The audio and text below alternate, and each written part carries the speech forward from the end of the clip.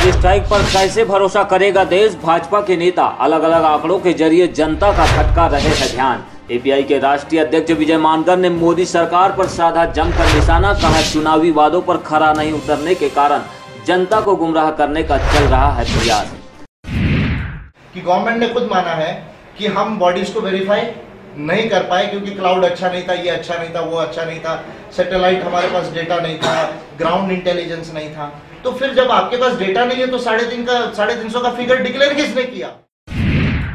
देश में इन दिनों एक सवाल खूब चर्चा का विषय बना हुआ है, वह है बालाकोट हमले में कितने आतंकवादी मारे गए। भारतीय वायुसेना के हमले में मारे गए आतंकवादियों की संख्या के नए आंकड़े हर रोज सामने आ रहे हैं।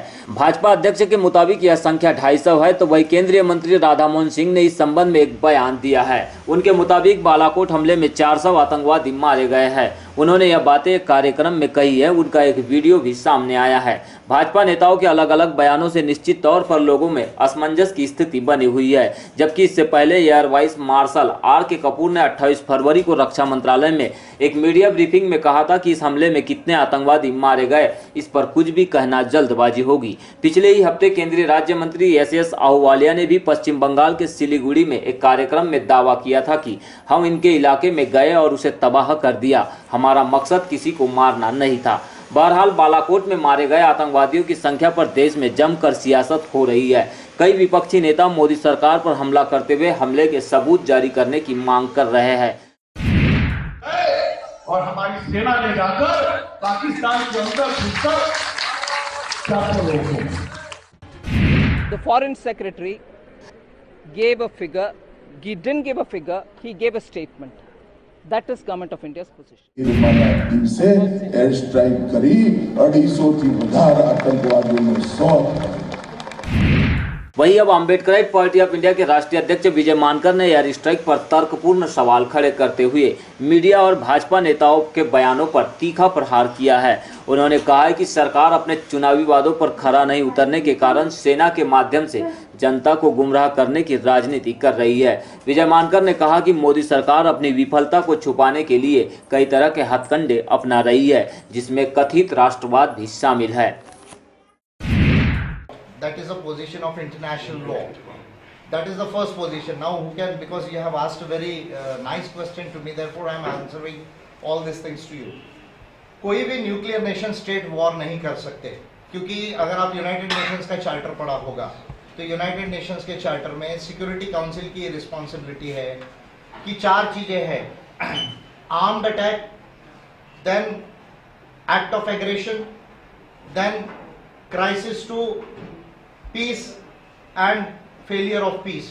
ये 4 चीजों के अंदर में यूनाइटेड नेशंस के चार्टर के हिसाब से सिक्योरिटी काउंसिल की जिम्मेदारी है कि वर्ल्ड लेवल की पीस पोजीशन को जो है वो मेंटेन करें। अभी हम कह रहे हैं कि हम आपके बॉर्डर में आएंगे, वो कहते हैं कि हमारे बॉर्डर में आएंगे। जो भी कंट्री बॉर्डर क्रॉस करके अटैक करेगा वो पहले वायलेटर बनेगा, उसके अगेंस्ट में इंटरनेशनल कंट्रीज एक्शन करेगी यूएन के लॉ के तहत, जो इंटरनेशनल लॉ है जिसको हमने भी साइन किया है। और यूएन चार्टर को हमने 1945 में साइन किया है, शायद ये लोगों को मालूम होना चाहिए। यानी हमारे कॉन्स्टिट्यूशन बनने के पहले हमने यूएन चार्टर को साइन किया है। तो ये जितना दिखाया गया है, अच्छा हमने सर्जिकल स्ट्राइक किया, हम कहते हैं हमारे प्लेन्स गए थे, तो मुझे ये समझ में नहीं आया कि फोटो 350 मर गए करके फोटो कहाँ से उनको समझ में आया प्लेन को। तो ये जो सारा का सारा झूठ बोला जा रहा है, ठीक है आपने अटैक भी किया होगा तो कितना मरा, क्या मरा, इसका एक वेरीफाइबल डेटा होना चाहिए। तो ये ना करते हुए झूठ बोल देना, फिर मीडिया से प्रचारित करना, और बाद में कल ही मिनिस्ट्री ने आप इंडियन एक्सप्रेस को पढ़िए, कल के रिपोर्ट में पेपर में रिपोर्ट किया है कि गवर्नमेंट ने खुद माना है कि हम बॉडीज को वेरीफाई नहीं कर पाए क्योंकि क्लाउड अच्छा नहीं था, ये अच्छा नहीं था, वो अच्छा नहीं था, सैटेलाइट हमारे पास डेटा नहीं था, ग्राउंड इंटेलिजेंस नहीं था। तो फिर जब आपके पास डेटा नहीं है तो 350 का फिगर डिक्लेयर किसने किया? ये एक महत्वपूर्ण बात है। ये फेक न्यूज जो है, और मैं मीडिया के मित्रों से कहना चाहूंगा कि हम अगर भारत की जनता को अगर इस तरह का misinformation and disinformation देंगे तो क्या हम अपने देश की सेवा कर रहे हैं? मुझे लगता है कि हम अपने देश की सेवा नहीं कर रहे। तो मुझे ऐसा लगता है कि ऑब्जेक्टिवली छापना चाहिए।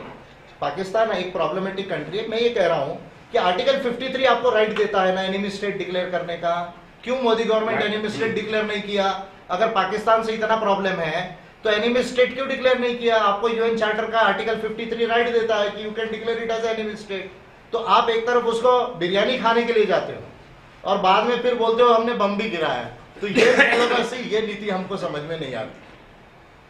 कम से कम एपीआई की नीति ऐसी नहीं होगी। ईवीएम के बारे में आपकी पार्टी की क्या